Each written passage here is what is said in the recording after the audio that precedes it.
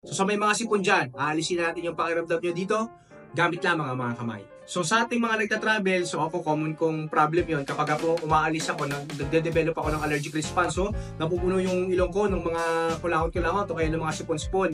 So isang technique to na lagi kong ginagawa kapag nagta-travel ako o kapag may sipon ako. So first procedure, yung left thumb mo, ilalagay mo dito sa may zygomatic bone, ito yung cheekbone natin ha. So ang procedure is upward and then outward, no? Nakaganyan.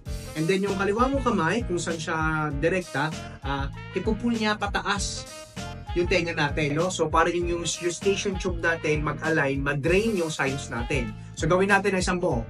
Okay, upward, thumb, upward, backward, and then nila. 10 seconds, ha? 10 seconds later. Okay, so sa kabila naman, so left hand sa right face ko, upward, and then outward, and then hila ulit para mag-straight yung 10 seconds, ha? 10 seconds later. So yan, mararamdaman mo agad yung hinga mo, luluwag yan. At kung may mga sipon yan, usay ang magdidrip o lalabas sa ilalim ng bibig mo. Then last na procedure natin, ipipinch mo yung nose mo, hihinga ka ng malalim, tapos i-backward mo yung ulo mo na nakaganon, okay? Tapos i-stop mo siya kapag hindi ka na makahinga. So gawin natin ang stang buo. Okay? So pinch your nose, hold your breath, deep breath.